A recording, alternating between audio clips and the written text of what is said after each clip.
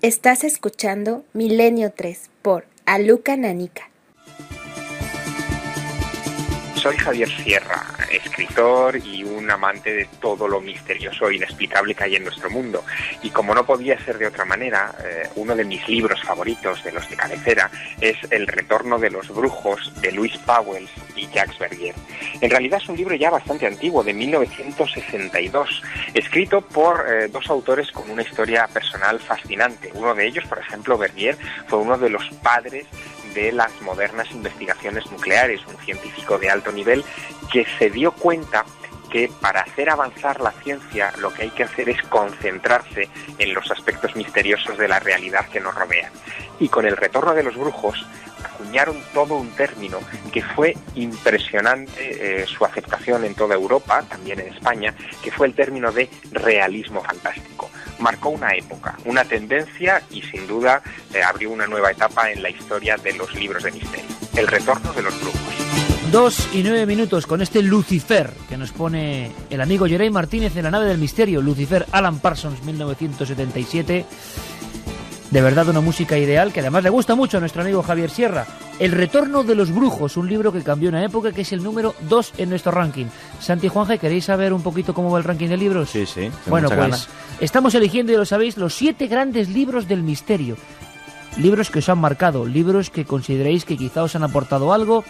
Vamos a elegirlos. El premio, entre 40 y 50 personas, habría que decir ya casi 45 personas, más o menos, podrán venir aquí una noche a estar con nosotros en vivo, en este estudio, con esta penumbra. Incluso podrán preguntarnos cosas, hablaremos con ellos y, ¿por qué no?, explicaremos por qué esos 7 libros, qué es de verdad lo que tienen esos libros y qué misterio esconden. Así que ya sabéis, votaciones a partir de este instante para los 7 libros del misterio. Y dentro de muy poco, en apenas un par de semanas, vamos a hacer la primera selección, el primer corte. De momento, número 1, La noche del miedo, en fin, que escribió un servidor. Esto es un poco... cambiará, seguro, cambiará. Hace unos cuantos años. El segundo, El retorno de los brujos, Louise Pauwels y Jacques Verdier. Tercero, Drácula, de Bram Stoker. Cuarto, Caballo de Troya, J.J. Benítez. Quinto, El paraíso maldito, sobre las Urdes. Sexto, La Biblia, ni más ni menos. Séptimo, Misterios de la Iglesia, de Carmen. Esto. Octavo, Recuerdos del futuro, son vuestros votos, ¿eh? Recuerdos del futuro, el octavo. El Necronomicon, noveno. Esto sí es curioso, Santi, porque es un libro que no existe. Claro, es que no existe. Es increíble. Ahora, la fama lo que hace, ¿no? Sí, la fama y el bulo, o sea, es increíble. Y luego, fijaos, vamos a salpimentar un poco. Enigma sin resolver, Vida después de la vida, La ruta prohibida de Javier Sierra, 100.000 kilómetros tras los ovnis, el que votamos aquí también, por mi parte. Santi dijo El retorno de los brujos y tú dijiste... Dioses, tumbas y sabios, de Ciram. De arqueología. La rebelión de Lucifer, La España secreta, Luces de medianoche, fíjate de curioso, de Francisco Padrón. Jacobus, novela, que también vale, de Matilde Asensi. El misterio del Escorial, de Mariano Fernández Urresti, que bueno, sería sobre Felipe II. Los Pilares de la Tierra, de Ken Follett. El manuscrito Voynich, directamente. Urantia, Casas encantadas, de Francisco Contreras. Mis enigmas favoritos, de J.J. Benítez. El exorcista, William Peter Blatty. La dama azul. El libro de los condenados. Fijaos qué curiosa la lista, porque está todo nuestro mundo aquí, ¿eh? Sí. Fijaos qué curioso. El viaje... Cosmos. Carl Sagan. Sí, el gran Carl Sagan. El gran enigma de los platillos volantes, de Antonio Rivera. Testamento de San Juan, J.J. Benítez, uno de los autores que sin duda más sale. Biografía no autorizada del Vaticano, Santiago Camacho. Ahora hablamos, Santi, del Vaticano. La sombra del viento, fíjate, de Carlos Ruiz Zafón. El libro de los espíritus, Allan Kardec. Los cuentos asombrosos, narraciones extraordinarias, de Edgar Allan Poe. El misterio de las catedrales, de Fulcanelli. La cripta secreta, Misterios de Castilla, Ángel del Pozo. Leyendas urbanas, de don Alberto Granados. La catedral del Mare, de Alfonso Falcones. De nuevo J.J. Benítez, mítico. Existe otra humanidad. Fíjate que mítico también, Santi. La psicofonía, Sinesio Darnell. Dioses, tumbas y sabios, Vuelta al Edén, Sinú el egipcio, Más allá de la muerte. En fin, prácticamente 100 títulos peleando por ese trono. Los 7 grandes libros del misterio los elegís vosotros y en un tiempo prudencial, aquí, todos juntos, los ganadores aquí con nosotros en una noche que será seguro inolvidable.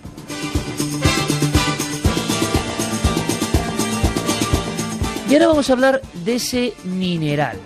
De verdad que es sorprendente, bueno, uno de los grandes del periodismo, de la escritura, del reporterismo, uno de esa generación mítica, ¿no? Mira, a Alberto Vázquez Figueroa siempre le han dado palos y siempre le criticaban, claro, lógico, porque vendía mucho.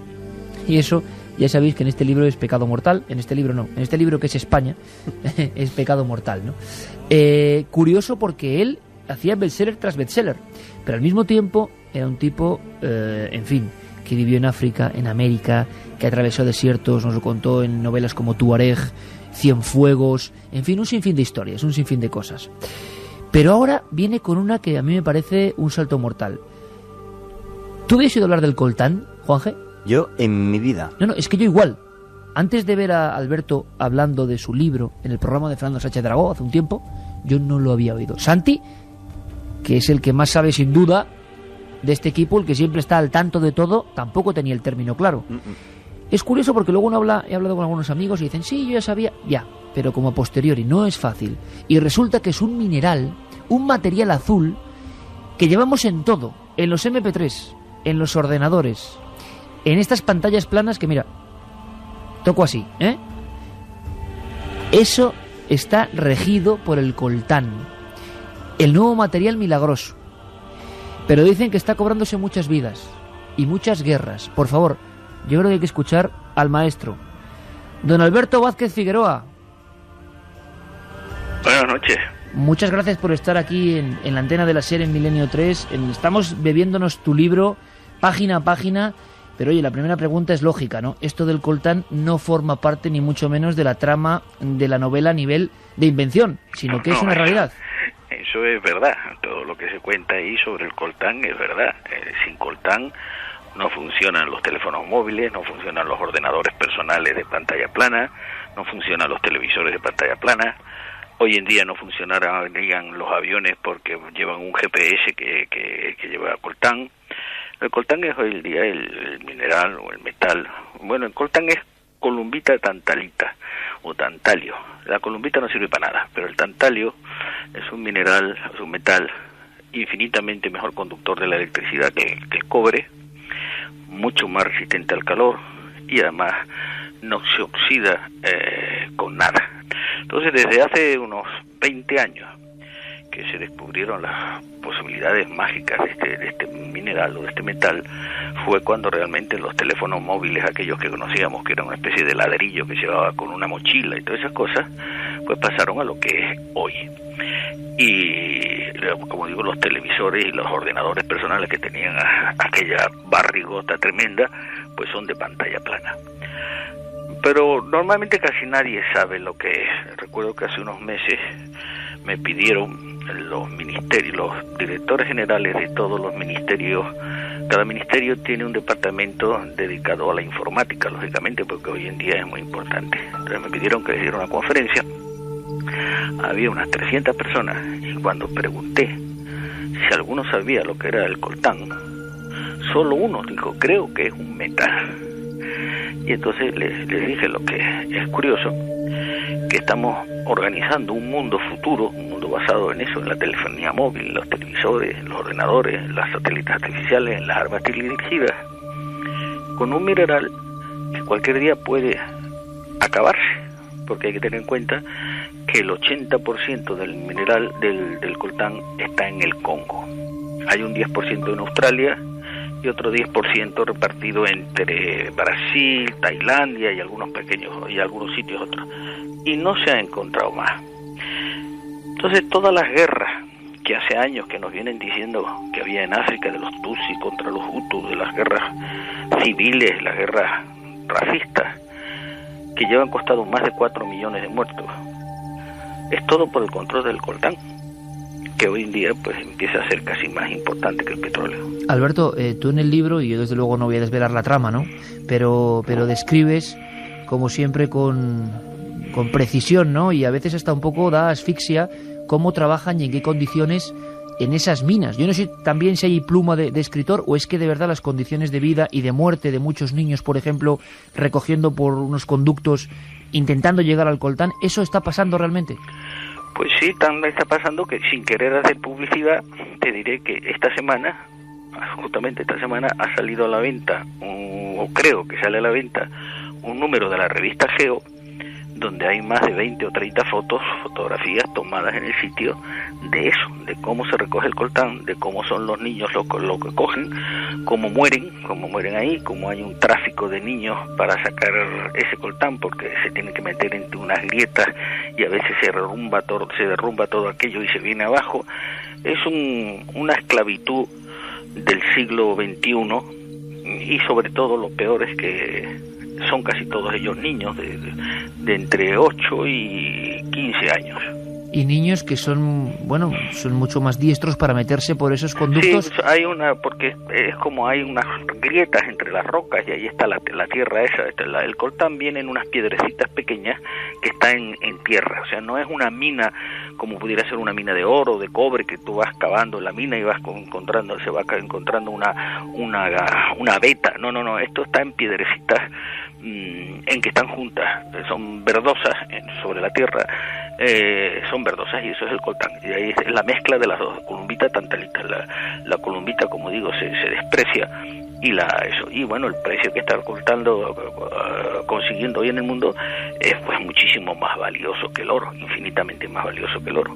Pues Alberto, mira qué curioso, porque hace poco, precisamente hablando de tu libro y de que queríamos entrevistarte, hablaba con varios especialistas en información, algunos de ellos especialistas en servicios secretos, alguna persona que era de un partido político, en fin, gente de lo más diversa y más o menos, que atiende, ¿no?, a las noticias. Y ya todo el mundo empezaba a saber lo que era el coltán y sus problemas, ¿no?, y lo que podía traer. Yo creo que mucho es porque han leído el libro y te han visto en algunas entrevistas comentándolo. ¿Y esos problemas cuáles son? Que muchas de las grandes compañías incluso, están en una batalla interna por hacerse con el poder de ese oro azul, ¿no? Claro, hay una cosa muy evidente. El petróleo hoy en día ya no lo puede controlar nadie. El petróleo hay en todas partes. Y además hay una reserva enorme, pese a lo que se diga. En el mundo hay reservas gigantescas. Yo recuerdo que en el año 75, cuando la primera gran crisis del petróleo, los super sabios del Club de Roma dijeron que en el 2004 ya no quedaría ni gota de petróleo en el mundo, porque no quedaban más que 1.000 millones de barriles de reserva. Yo en ese momento escribí un libro, se llamaba Marea Negra, dije que es una estupidez, que petróleo había en el mundo hasta aburrir a las ovejas durante 200 o 300 años. Me dijeron que estaba loco. Pero pasó el 2004, hemos gastado todo el petróleo que nos ha dado la gana, y hoy en día las reservas comprobadas de petróleo en el mundo son 8.000 millones de barriles, o sea, 8 veces más que entonces. Entonces ya las grandes empresas americanas y de todos los países, las grandes potencias, se dan cuenta que el petróleo no lo pueden comprobar, no lo pueden controlar. Petróleo hay en Rusia, hay en China poco, pero hay en Brasil, hay en México, hay en Estados Unidos, hay en todas partes, en Arabia, en Irak. Pero el que controle el coltán controlará todas las telecomunicaciones. No se podrá hacer un teléfono móvil, ni un ordenador, ni un satélite artificial, ni una tarima teledirigida, si no tienen coltán. Y eso es lo más importante, es controlar algo. Por eso hay grandes empresas americanas, entre ellas la empresa que promovió la guerra de Irak, que está invirtiendo y que ha ganado tantísimos miles de millones con la empresa propiedad del principal accionista, es el vicepresidente Dick Cheney. Está ahora invirtiendo miles de millones para hacerse con el control mundial del coltán, y ese día pues nos tendrá todos trincados. ¿Y cuánto coltán hay, Alberto? Pues no se sabe, pero ya te digo, se calcula que el 80% está ahí. Yo lo sé porque yo he vivido 21 años en África y parte de ella en esa parte. Incluso ahí, que es donde están precisamente en la zona de los Montes Virunga, que por eso están muriendo, que es la mayor reserva del mundo de gorilas, por eso también están matando a las gorilas, porque están en la zona del coltán. Y ahí recuerdo que hace muchos años tuve un susto que me dio un macho de gorila, que todavía me salió a 4 metros, 5 metros de distancia, y todavía me estoy acordando del pánico que pasé. Entonces yo, una de las veces últimas esta de África, empecé a oír hablar de eso, y que había ahí muchos niños esclavos y que llevaban a los niños allí, que sacaban esas cosas, y yo decía, ¿eso qué es? Y entonces empezaron a explicarme. Y bueno, uno al fin y al cabo ha sido 30 y tantos años periodista y vi que ahí había pues una noticia. Y empecé a tirar del hilo, empecé a preguntar, empecé a llamar gente que conozco en todo el mundo y me dijeron, pues sí, efectivamente, esto es así. Lo que pasa es que se mantiene muy callado porque a nadie le interesa que eso se sepa. Los fabricantes de los ordenadores personales y de los teléfonos móviles no les interesa que se sepa, que la gente sepa que el teléfono que tiene en la mano a lo mejor le ha costado la vida a 2 niños. Pero ¿cuándo aparece realmente en la vida cotidiana? Dices que hay un gran cambio. En cierto momento de la historia, cuando se dan cuenta algunos ingenieros que el coltán puede cambiar el mundo. ¿Esto sí. ¿Cuándo ocurre? Ahora unos 20 o 25 años. El tantalio, que viene precisamente, su nombre viene de tántalo, porque rechaza el agua, es el único metal que rechaza el agua, y viene el nombre dado del famoso suplicio de Tántalo, aquel que cometió el pecado y luego lo condenaron a que no podía beber, por eso se llama tantalio. Pues hace 20 años, 20 y tantos años, antes alguien, pues los científicos están siempre investigando, y alguien debió decir, concho, pues este tantalio que aquí, que nadie le ha hecho maldito el caso desde el 1800 y tanto, que fue cuando se descubrió que existía, pero vamos, una de esas cosas que existen ahí, que nadie le hace mucho caso, de repente alguien debió darse cuenta y dice, pero este es un superconductor, el más superconductor del mundo. Entonces digo, bueno, solo hay un metal que le puede hacer un poco la competencia, que es el paladio, que es lo que nosotros a veces conocemos como oro blanco, pero desde luego ni remotamente tiene las propiedades, como le llaman esto, del metal mágico. Ahora, ¿quién demonios se dio cuenta hace 20 o 20 y pico años que con eso podía disminuir y convertir en minúsculas unas conexiones? Ten en cuenta, por ejemplo, si tú tienes un cable de cobre para una conducción dentro de un teléfono móvil o de cualquier cosa, para conducir la misma electricidad, un cable de tantalio es como 100 veces más fino. 100 veces más fino. Eso reduce todo el espacio. ¿Y tú has visto coltán, Alberto? ¿Has tenido lo que es la piedra original y tiene ese resplandor azul apagado? Sí, claro, pero además es una piedrecita de nada, que la ves y no le hace ni pajolero caso, es del tamaño de una uña, un poquito así. Claro, pues, no sé, supongo que en mi época de vivir por el Congo, por esa zona que viví mucho, habré pateado montones de veces por encima del coltán en mi época de vivir en África, y desde luego nunca se me ocurrió, como si tú vas mañana por el campo y ves unas piedritas, pasan por encima de la vez y viene de repente uno de estos sabios que siempre hay, y que de repente esto es maravilloso, pues bendito sea Dios, mientras no llegue un momento en que se agote. Por eso ahora mismo, cada vez que hay un teléfono móvil, inmediatamente lo llevan a Canadá, lo primero que hacen es quitarle el coltán, intentar recuperar el coltán. Mucha gente joven esta noche también se va a enterar de lo que es el coltán. Podéis acudir a este libro porque además hay documentación, hay informes, se cuenta qué se sabe de este mineral y luego está engarzado en una trama que podría ser, como ocurre en muchas novelas de Alberto, perfectamente real. Podría darse exactamente así. Y, en fin, Alberto, que seguimos leyendo tu libro, que estamos fascinados y que a ver si un día podemos entrevistarte para contar anécdotas y vivencias de un periodista, que siempre uno lo es, y un gran escritor. Un abrazo muy fuerte, amigo. Muchas gracias. Hasta luego. Un abrazo. Hasta luego. Gracias, amigo. 2:27. Podéis opinar, claro que sí. 7640, palabra clave milenio, porque ¿qué es esto del coltán? ¿Qué ha dejado en las ondas el amigo Vázquez Figueroa? Por cierto, dejadme que lo diga, hay gente que tiene un brillo especial, ¿verdad? Decía Jerry Martínez, nuestro piloto de la nave del misterio, que en fin, lo dice ahora, ¿cómo lo cuenta? ¿Cómo lo cuenta el amigo Alberto Vázquez Figueroa? Yo creo que casi un centenar de libros, por ahí andará, aventurero donde los haya, repito, criticado a muerte muchas veces porque, claro, tenía el pecado de vender, de que a la gente le gustase lo que le escribía y cómo escribía. ¿Qué tipo más especial? ¿Qué brillo tiene? ¿Cómo lo cuenta? Nuestra admiración para el aventurero, mítico reportero de televisión española, Alberto Vázquez Figueroa. Ahora bien, lo que nos deja aquí es un problema, ¿no creéis, Santi, Juanje? El coltán. Vaya mundo, lo que ha contado, minas donde los niños se matan, guerras de estrategia y el oro azul. ¿Qué os ha parecido? Hombre, a mí hombre, nos deja realmente una maravilla, en el sentido de algo maldito para el Congo, que es un país maldito, pero a nivel periodístico nos ha dejado una perla, en el sentido de decir, oye, azul. Me dan ganas de irme al Congo, investigar el tema a fondo, saber qué es esto, hablar, bueno, tengo la suerte de que tengo muchos químicos a los que consultar y además muy apegados a mí, pero vamos, mañana estoy cogiendo el teléfono y me estoy informando de exactamente qué es el coltán y para qué sirve, pero mañana sin falta.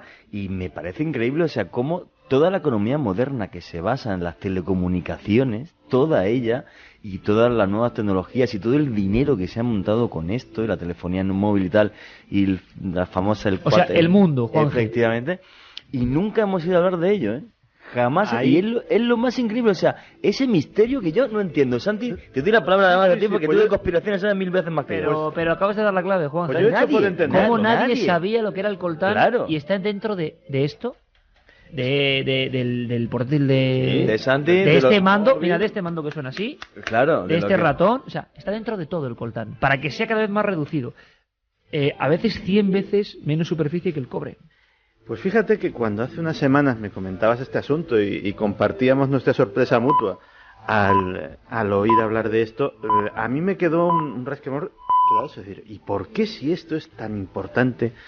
¿Por qué nunca habíamos oído hablar de ello? ¿Por qué nunca habíamos oído hablar de esos niños esclavizados? ¿Por qué nunca habíamos oído hablar de esa economía sumergida de la guerra, muy parecida a la de los diamantes de sangre, que también se hicieron célebres en las guerras de África? Muy bien esa línea, sí señor. Y empecé a investigar. ¿Por qué? ¿Por qué no? Y me encontré con una serie de historias que ya entraban más dentro de lo mío, más dentro de la conspiración. Y es que se hablaba de que importantísimas compañías, que por razones de mi estabilidad legal no voy a citar, pero muy grandes, de las más grandes del planeta en los sectores tecnológicos, habían hecho valer su capacidad como grandísimos anunciantes en los medios de comunicación para que no se publicasen, no se difundiesen historias sobre el coltán. Hay empresas, también lo digo, porque es justo y hay que dar al César lo que es del César, que por razones éticas han firmado compromisos y así lo han declarado de no comprar coltán africano. Ya ahora mismo. Ya ahora mismo, es decir, hay empresas que han hecho declaraciones éticas y pueden demostrarlo. Pero el 80% está en el Congo. Efectivamente. Y perdona que dude de ellas, ¿eh? Sí, yo también. Perdona que dude de ellas, bueno, porque si eso lo hace igual que los famosos diamantes de sangre que habéis visto en la película, efectivamente. O sea, el que hace la ley hace la trampa, se da la vuelta, se compra por otro lado y listo, ¿eh? Pero yo creo que Santi, esa línea es interesante, sobre todo a partir de ahora, que yo creo que empezará a hablarse y mucho de algo que he descubierto que efectivamente en un futuro no muy lejano puede ser más importante que el petróleo y tan importante como otro recurso que generará muchos conflictos en el futuro, que es el agua. El coltán dentro de nuestros aparatos. Claro, a todos nos gusta tener el móvil más pequeño, el MP3 más fino, la pantalla plana más plana, y al final dentro de eso hay muchas historias, pero es que no sé, nadie sabía, por lo menos. Y además yo lo he notado, incluso en círculos de gente que sabe, que tiene que saber. La anécdota que ha contado Alberto Vázquez Figueroa es brutal. En una comisión uno sabe de qué va y resulta que está dentro de toda nuestra tecnología. Y todos sabemos, Santi, Juanje, y lo sabéis vosotros, amigos de Milenio 3, si os ha pasado, hace poco nosotros lo sufrimos, un apagón. Cuando llega el apagón tecnológico, el hombre de hoy es un inválido. Ya no sabe moverse. Los sentidos se han atrofiado. Nuestros abuelos habían apagón y bueno, no pasaba nada. Ahora entra una especie de miedo terrible. Se queda uno sin internet, sin la tele, sin el teléfono, sin lo que sea. Se le corta por cualquier circunstancia. Se le va la batería del móvil y se queda uno como perdido a veces, ¿no? En fin, y dentro de todo esto el coltán. Pues habrá que seguir investigando. Dejamos ahí las piezas, pero al parecer las condiciones... muchos niños son los que entran serpenteando por los agujeros porque el coltán es de difícil extracción. Hay un factor añadido, además, que en estas pesquisas de este par de semanas me ha pasmado, es que muchos de estos niños mineros no solamente fallecen por las dificilísimas condiciones, sino además hay muchos casos de envenenamiento por radiación. El coltán no es radioactivo, pero los yacimientos suelen estar, por razones geológicas, muy asociados a yacimientos de radio. Entonces, es muy fácil que el radio ahora mismo no vale tanto, no tiene, se utiliza como es un material de desecho en los yacimientos de coltán, pero está ahí y está emitiendo. Recordemos que Madame Curie, la descubridora del elemento, falleció por el envenenamiento del radio. Y sus cuadernos todavía están hoy impregnados de radiactividad, ¿eh? En la bóveda de París están sus cuadernos de Madame Curie, cuya médula espinal prácticamente, se vino abajo con tanta exposición constante a ese material, a esas radiaciones. Yo sí quería añadir una cosa, y esa parte del coltán, que obviamente, y además con esta música de fondo que es propicia, y es por qué siempre Centroáfrica, durante miles de años, es el punto de la tragedia. Cuando no era el coltán, fue Leopoldo II, uno de los mayores criminales de la historia, que vemos ahora como la gente que desciende de los reyes de Bélgica siguen gobernando un país, que es algo terrible. Y siempre en Centroáfrica, cuando no fue por los belgas, fue por el coltán, antes fue... el antiguo Congo belga. Efectivamente. Entonces es terrible esa maldición en una tierra hermosa, preciosa. Eso sí que se me escapa a cualquier conspiración, a cualquier cosa. Es algo que está ahí y nunca podré explicar. En una tierra maravillosa, nunca la he pisado, por desgracia, aunque algún día seguro que lo haré. Oye, ¿os imagináis cómo pueden ser las disputas empresariales? Eso lo cuenta muy bien Alberto Vázquez Figueroa. Pero ¿cómo pueden ser las disputas por una cosa tan rica, tan apetecible como el coltán? ¿Qué movimientos tiene que estar habiendo ahora que no sabemos entre las grandes compañías? Que no sabemos, y lo que más me asusta, que no somos capaces de imaginar, que no tenemos los mimbres, ni siquiera los más informados, de saber a qué nivel, qué tipo de estrategias, qué tipo de poderes se manejan.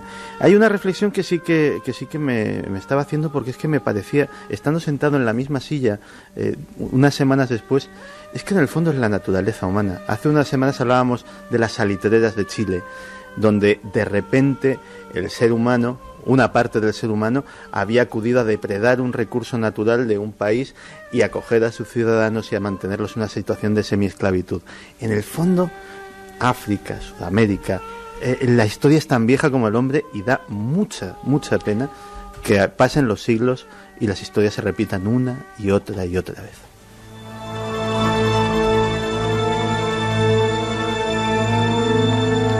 Si os parece, luego hablamos con los amigos 7640 si tienen preguntas sobre el coltán, que quizá no podamos responder, o quizá sí con lo poco que vamos sabiendo. Pero Milenio 3 es ese programa de 1 a 4 de la madrugada que tiene un único tesoro. No es el coltán precisamente el que impulsa la nave, aunque la tecnología es fundamental, sino generar historias, generar debate, generar que mañana en muchos puntos de España, porque lo sé y también lo sabéis vosotros, mucha gente hable de esto que es. Bueno, ese es un tesoro para los que estamos aquí contando historias. Que haya interés, que haya foco sobre cosas que siempre permanecen olvidadas, que parece que no quieren que sepamos, ¿no? Pero ahora vamos a cambiar el tercio, si me permitís, porque ha muerto un hombre que también tiene algo de leyenda. Y variamos de la tecnología más avanzada, más de vanguardia, con ese oro azul que hoy casi damos a conocer, el coltán, con un vídeo tantalio, y vamos a las sotanas. Vamos al Vaticano. Se le llamó exorcista del Vaticano durante mucho tiempo. Fue uno de los primeros que hizo libros sobre demonología que se publicaron en toda Europa. Creo que tenemos su voz, Geray, la voz de Corrado Balducci, un hombre que se enfrentaba al demonio sin ningún miedo y que recopiló casos impresionantes. A los 85 años de edad, el hombre del Vaticano que luchaba cara a cara contra Lucifer ha muerto. Esta es su voz. Non si può più pensare è vero, non è vero, sono veri o sono falsità, ci si crede o non ci si crede. No, oramai ci sono varie considerazioni che fanno dire con certezza che l'esistenza di questi esseri c'è. Non si può dubitare. Magari si potrà dire che su 100 fenomeni ce ne saranno, anche se si dicesse 99 non veri e uno vero, c'è quell'uno che dice che certi fenomeni esistono. Quindi questo è il primo problema, non è più...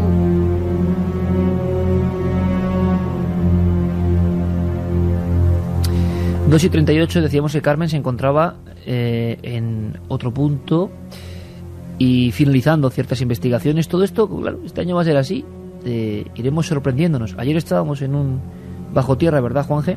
Sí, no vamos a decir dónde. Y en uno de esos lugares densos, ¿verdad? Denso, donde lo que hablaba Paco, la historia, las cosas un poco raras se han ido juntando. De esas cosas raras había mucho Corrado Balducci. Carmen, buenas noches. Buenas madrugadas, chicos, ¿qué tal? Se hace raro escucharla por teléfono, ¿verdad? Pues sí, buenas noches, La Carmen. verdad que sí, buenas noches, Carmen. Pues estamos a mí me todos... da mucha envidia, que estéis ahí todos reunidos y no poder estar con vosotros. Oye, ¿cómo se oye Milenio 3 desde fuera?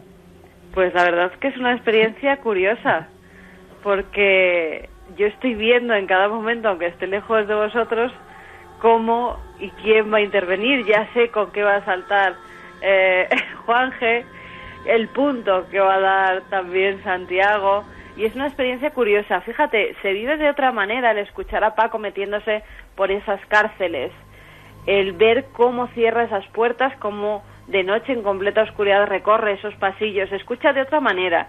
Yo he intentado ponerme también un poco en la situación del oyente, como lo soy esta noche. Buen experimento. Con la luz apagada, mientras esperaba, pues he dejado un poco al lado los libros que tenía a mi lado, me he metido en la cama y he empezado a escuchar cómo se oye Milenio 3 desde fuera. Y es una experiencia curiosa, ¿eh? Allí estamos atentos a mil cosas, a la pantalla del ordenador, a si van bien pues todos los materiales técnicos que tenemos, a si el corte entra. Pero aquí tú te metes en la película que estás oyendo y es completamente diferente, estás viendo esas imágenes. Oye, y un buen actor de esa película, Carmen, sería Corrado Balducci, ¿no? De una película de terror, quizá. Sería un gran actor, Corrado Balducci, el que llamaban el exorcista del Vaticano. Por desgracia nos ha dejado el día 20 a los 85 años. Se ha sabido ahora la noticia porque la familia tampoco ha querido difundirla hasta este momento. Pero lo que sí tenemos de él son muy buenos libros. Fíjate, yo no sé si es casualidad o no es casualidad, pero entre mis manos tengo un libro que se llama Los endemoniados hoy, que precisamente escribió él. Los Corrado endemoniados Balducci. hoy, de portada mítica, ¿verdad? Una portada terrible, son unos ojos de pánico, es simplemente un rostro con unas manos puestas sobre la cara, y los ojos son lo más expresivos, lo dicen todo, es el miedo, es el pánico ante lo desconocido. No se sabe muy bien si es él el endemoniado, la persona que está dibujada en esta portada, o si por el contrario está viendo una figura demoníaca. Corrado Balducci, bueno, mucha gente se acordará de él, y en España se habló por vez primera, yo creo, de él. Bueno, se ha publicado ese libro que tienes tú, que es Los endemoniados hoy, que Sí, el título en ya 1965. lo dice todo, ¿no? Del año 65. Pero la gente se acordará de esa experiencia con Paloma Gómez Borrero, que queda con Corrado Balducci, que le entrevista, y Corrado Balducci, Carmen, le dice que cuidado con las cintas y la entrevista que se lleva, porque él ha contado demasiados secretos de alguna forma, ¿no? Y luego pasan cosas. Sí, gracias a Paloma pudimos tener a Corrado Balducci en Cuarto Milenio, le hizo la entrevista en su propia casa. Precisamente, además, la contaba ese extraño caso que vivieron juntos, porque después de esa entrevista a un exorcista, pues la verdad es que ocurren cosas extrañas. En el plató de Cuarto Milenio también hemos tenido a otros exorcistas del Vaticano, y también parece que la tensión se vive por las cosas que nos están contando. Entre otras cosas, traernos, por ejemplo, los clavos que en teoría expulsaban los endemoniados por la boca. Pues bien, Corrado Balducci, después de darle la entrevista a Paloma Gómez Borrero, le dice, como bien decías, que tuviera cuidado porque a veces el demonio hace de las suyas y no quiere que determinadas informaciones salgan a la luz.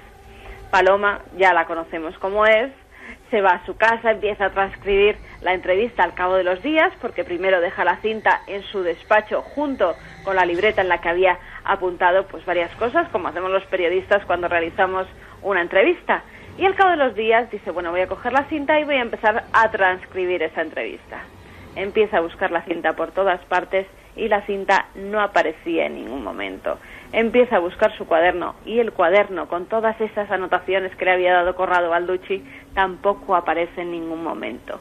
Y se da cuenta que entra un pájaro enorme, una especie de cuervo negro, que empieza a dar en la habitación bandazos de un lado para otro de la pared, hasta tal punto que empieza a hacerse sangre y cae muerto detrás de una de sus estanterías. Paloma nos decía que estaba completamente asustada nunca encontró esa cinta en la que Corrado Balducci le revelaba algunos casos en los que él había participado, y cuando Paloma te lo cuenta, la situación de cómo lo vivió, la verdad es que era terrible.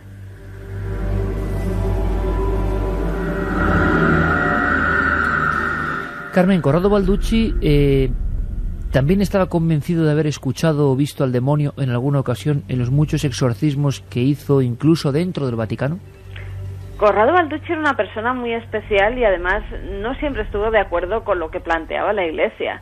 Por ejemplo, él era uno de los demonólogos más conocidos dentro del Vaticano, por eso le llamaban el exorcista del Vaticano, era el exorcista oficial, el que cuando había un caso le llamaban a él para realizar en Roma el exorcismo.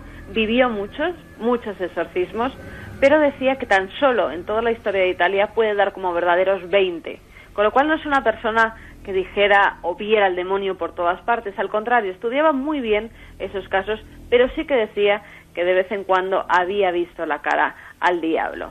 Te digo que era una persona especial y además pues un poco adelantada a lo que podemos hablar de Iglesia, porque él creía fervientemente en la vida extraterrestre.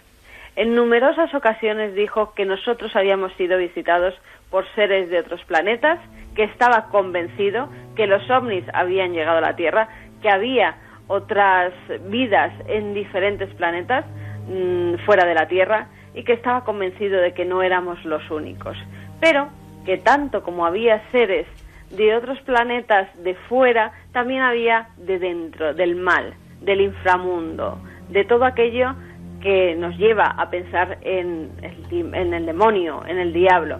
Y él intentaba luchar también desde los medios de comunicación, porque invitó de vez en cuando a periodistas a que estuvieran con él para darle charlas y sobre todo para apuntarles cómo podían distinguir a un endemoniado de uno que no lo era. Qué curioso, Carmen, o sea, fue el primer exorcista después de 2000 años de historia que quiso difundir de alguna manera el arte antiguo del exorcismo. Se ha muerto de muerte natural, no ha habido ningún problema, ninguna extraña. Natural, a los 85 años, ya era una persona bastante mayor, pero bueno, nos ha dejado muchos libros, muchos tratados, porque más que libros, yo entiendo que para la persona normal que se acerca a estos libros son un poco densos. Claro, son tratados de demonología en muchos casos, ¿no? Totalmente, son tratados de demonología, desde los diversos pasos que él daba para comprobar si era una obsesión demoníaca, una posesión. Había además tratados como rock satánico, adoradores del diablo, en los que él también estaba convencido que el rock tenía mensajes subliminales y que esos mensajes pues eran malignos, que llevaban sobre todo a acercarse al mal. Bueno, teorías desde muchos puntos de vista, pero también una persona que sabía mucho, un teólogo, un filósofo, un jurista, porque no era... Varias carreras. Sí, tenía varias carreras, era una persona muy culta, hasta tal punto que el Vaticano en 1999 le encarga que realice el nuevo ritual romano, que sabéis que en ese año, pues en vez de estar en latín, se tradujo a diferentes ¿Y eso idiomas. lo hizo Corrado Balducci? Sí, eso lo hizo Corrado Balducci para precisamente que los sacerdotes pues modernos de hoy en día, más jóvenes, se acercaran a ese ritual romano desde un punto de vista no del latín, sino en diferentes idiomas, para que así fuera más fácil realizar el exorcismo. Pues Carmen, ¿qué te parece si en pequeño homenaje común aquí de la Nave del Misterio a un hombre valiente, sin duda alguna, porque no solo es que sea exorcista, que además con esta música que está poniendo Yeray ahora, me lo estoy imaginando, con la sotana y llegando al el exorcista del Vaticano, ahora el relevo de alguna forma, nuestro querido y buen amigo Gabriel Amorth, y que dure mucho, por supuesto. Pero Corrado Balducci, incluso el aspecto físico, ¿verdad?, era muy parecido a Max von Sydow, el actor que encarna al exorcista en la película. Claro, la sensación que tenemos es que podríamos hacer ese pequeño homenaje diciendo, ya que estamos votando libros, pues un libro que tiene que quedar también por ahí, por lo menos en la memoria colectiva, aunque el voto no sirva, es sin duda Imaginaos, ¿no? Imaginaos, Santi Juanje, lo que pudo ser, ¿no? Año 65, un libro convulsiona Italia, Francia y España, una portada, unos ojos desorbitados, los endemoniados hoy.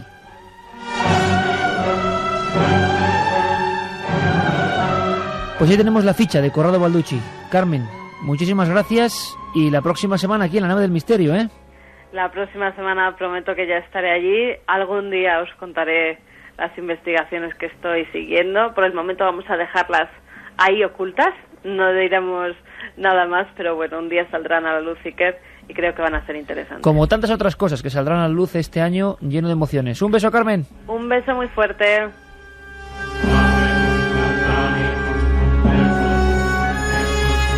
Vaya personaje, Corrado Balducci. Ahora, sin solución de continuidad, Santi, me vas a hablar en tu maravillosa sección, que además sé que tiene muchos adeptos, y no me extraña, porque yo soy el primero que me quedo aquí embobado. ¿De qué me vas a hablar tú dentro de unos minutos? Pues te lo voy a dejar solamente con una frase que dijo un gran hombre. Simón Wiesenthal, el más famoso cazador de nazis del mundo, el hombre que consagró su vida a dar busca y captura a los hombres que habían exterminado a su pueblo, al pueblo judío, dijo de la organización de la que vamos a hablar: son peores que la Gestapo. ¿De quién pueden decir eso? Pues quedan, no sé, 10 minutos para saberlo, porque Santi a la vuelta vendrá con su dossier, con su piano, con ese piano cadencioso, con esa sensación de que hay muchas cosas que no encajan. El coltán podía ser perfectamente una parte de la sección, Santi, sin duda alguna. Pero ¿de quién habla Wiesenthal cuando dice eso? Vamos a descubrirlo. Ahora, eso sí, paseo por la historia, por lo que ha sido noticia. El boletín informativo eterno. Lo hace Nacho Ares. Viene desde el inicio del tiempo. Y hay hallazgos y descubrimientos y cosas nuevas. Boletín de la historia, Nacho Ares.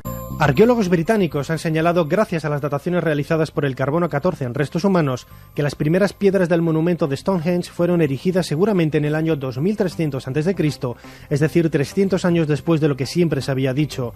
Las nuevas excavaciones realizadas en el lugar, las primeras desde el año 1964, han demostrado que los bloques de piedra fueron trasladados desde casi 250 kilómetros, lo que supone uno de los logros tecnológicos más grandes de la prehistoria. Los especialistas han señalado además que el milenario monumento megalítico fue un lugar de peregrinaje y sanación. En las excavaciones han aparecido cientos de pequeñas lascas de piedra que los arqueólogos han identificado con una suerte de encantamientos o amuletos dejados por los peregrinos. En declaraciones a la cadena de televisión británica BBC, el profesor Timothy Darville de la Universidad de Bournemouth ha señalado que las ofrendas aparecen en todos los periodos de la historia. Hemos encontrado agujeros con depósitos que van hasta el siglo XII. Retroceden a la época romana y a la prehistoria. Esto demuestra que las piedras del lugar se emplearon todo el tiempo. Una gran cantidad de restos humanos hallados en tumbas cercanas a Stonehenge poseen señas de pertenecer a personas gravemente enfermas, y un estudio de sus dentaduras prueba que aproximadamente la mitad de ellas no eran nativos del área. El Museo de Ciencias Naturales de Viena está de celebración. Hace exactamente un siglo que fue descubierta en la localidad austríaca de Willendorf, a unos 70 kilómetros al noroeste de Viena, la famosa Venus que lleva su nombre. No son raros los ejemplos que se han encontrado de este tipo de figuras en Europa. Nos habla de ello José Antonio Las Heras, director del Museo de Altamira. Esas figuras femeninas se han hallado en el Paleolítico Superior con una antigüedad de entre hace 25.000 y hace 12.000 años, pues en Siberia, en Rusia, en Centro Europa, en Austria, en Checoslovaquia, en Alemania y en Francia. Bueno, responden a una idea, no son retratos y responden a algún tipo de idea, y alguna son la representación de una idea trascendente, pues en relación con el papel de la mujer, con lo que es exclusivo de la mujer, que es la capacidad de engendrar vida y de engendrar a otros hombres, a otras personas. Esta pieza de 11,5 centímetros, esculpida en piedra caliza muy porosa de tipo olítica, debió de estar cubierta de ocre rojo, pigmentación que solamente ha conservado en muy escasas partes de su anatomía. La Venus de Willendorf ofrece la imagen de una mujer muy gruesa, completamente desnuda. No tiene rasgos faciales y sobre la cabeza solamente se ve una especie de gorro, una peluca formada por trenzas o un complicado peinado que parece cubrirle por completo la cabeza. Al sur de los Pirineos, en la península ibérica, no se ha hallado ninguna de estas esculturas femeninas. En Altamira, por decir algo, ya que hablo desde el Museo de Altamira, pues con todos los centenares de figuras que hay, solo hay un grabado que puede ser interpretado como una silueta femenina un poco relacionada con este tipo. La Venus de Willendorf, además de ser la primera descubierta, es la que ha llegado hasta nosotros en mejor estado de conservación. Ramsés II, uno de los faraones más longevos de la historia de Egipto y sin lugar a dudas uno de los más prolíficos en la cantidad de monumentos, cuenta desde hace pocos días con un nuevo templo y una nueva estatua colosal. En la ciudad de Tel Basta, la morada de la mítica diosa con cabeza de gato Bastet, los arqueólogos han descubierto la cabeza de un coloso de Ramsés. El busto de granito rojo ha perdido la nariz y la falsa barba de los dioses. En la actualidad, los arqueólogos egipcios continúan buscando otras partes del coloso. Ramsés II gobernó Egipto en el siglo XIII antes de nuestra era. Bajo su mandato se levantaron templos tan famosos como el de Abu Simbel o las partes más conocidas de la decoración de la sala hipóstila de Karnak. Hola, soy Juan Ignacio Cuesta, periodista, y el libro que más ha influido posiblemente en mi vida y además porque es una fuente inagotable de lecciones es posiblemente El Conde de Montecristo. Es una novela iniciática, una extraordinaria novela iniciática, muy bien escrita, que nos lleva por un recorrido por la mente humana en aspectos como es la venganza, como es la justicia y como es también la adquisición de conocimientos. Un libro muy importante, indudablemente, porque además no solamente trata estos aspectos y otros bastante interesantes, sino que la propia personalidad de Edmundo Dantes, el propio Conde de Montecristo, es el reflejo de alguien que sale de la nada para llegar a comprender, cosa que es normalmente lo que solemos hacer las personas a lo largo de nuestra vida. Un libro muy interesante que creo que merece la pena leer y además degustarlo y no quedarse con los aspectos frívolos que tiene, que son muchos, pero que son los que se han resaltado habitualmente de este libro, que por cierto nunca ha podido ser llevado a cine en condiciones. Esa es mi recomendación. 2:56 y nos queda una hora y la verdad es que nos encanta hacer la radio y hacerla con vosotros y para vosotros. Cuando nos encontramos por ahí investigando a gente que también le gusta escucharnos, pues en fin, tenemos que dedicar minutos a lo que vosotros decís, que a veces es mucho más afinado que lo que nosotros comentamos. Carlos, compañero. Muy buenas de nuevo, Iker. Buenas. Pues siguen llegando muchos mensajes sobre cárceles en España y, por ejemplo, nos comentan... Ha habido un mensaje que te ha impresionado, ¿no? Especialmente. Sí, mucho. Nos lo enviaba al correo electrónico Tomás y nos decía que él hacía la mili en Jaca y después le destinaron a un refugio militar al lado de Candanchú. Se llamaba Rioseta. Allí murieron sepultados por una luz toda una compañía de militares. Yo nunca había tenido experiencias así ni las he vuelto a tener y hace ya 16 años que me licencié. Pero allí había algo. No nos atrevíamos a ir nunca solos a ninguna estancia y alguna noche incluso nos juntábamos todos en la misma habitación por los ruidos que se oían. Se iba la luz, la televisión se encendía y apagaba o cambiaba de canal y no tenía mando a distancia. En fin, que 10 personas vean, oigan y sientan el pánico no es algo que imagine alguien que era real. Vamos a ver, Candanchú dice, se escribía Tomás, ¿verdad? Sí. Se llama Rioseta, dice. A ver si nos pueden dar la clave porque yo, claro, todo esto por la fecha, hace 16 años, es que me recuerda a Cerler. Yo pienso que es Cerler, El caso Cerler. Sí, sí. Uno de los casos más sobrecogedores de la historia. Y que, por desgracia, el ejército no me dio permiso para llegar hasta el final porque había unos testimonios y unas cosas increíbles que contamos ya alguna vez en Milenio 3, en Cuarto Milenio, pero que no hay cosa más que me gustase más que coger el coche, un equipo de rodaje, irme allí otra vez una semana a investigar el caso. Y era el alud, Juanje, los cadáveres puestos en el secadero y fenómenos a partir de entonces. Bueno, es al año siguiente realmente cuando empiezan los fenómenos. El año siguiente del fallecimiento por el alud es cuando empiezan los fenómenos que duran como unos... O sea, de una forma fuerte, como unos 3 meses, cuando a nivel público además... los militares nunca reconocen que hay una investigación, pero sí que salen en los periódicos. Yo tengo en casa archivado toda la prensa de la época en la que dicen que se está investigando. Hasta que el general... Los propios sargentos hablan de fenómenos en Cerler. Bueno, me lo hablan a mí. Solamente el general Lucas es el que dijo que todo el mundo callado y salió públicamente en prensa diciendo todo lo que dicen ustedes es mentira, son rumores y tal.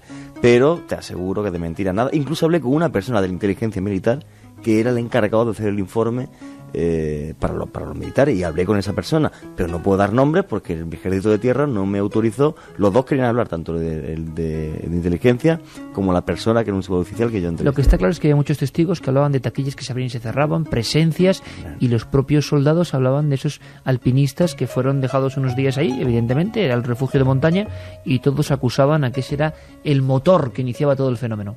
Pero imagínate el testimonio que yo recogí una noche.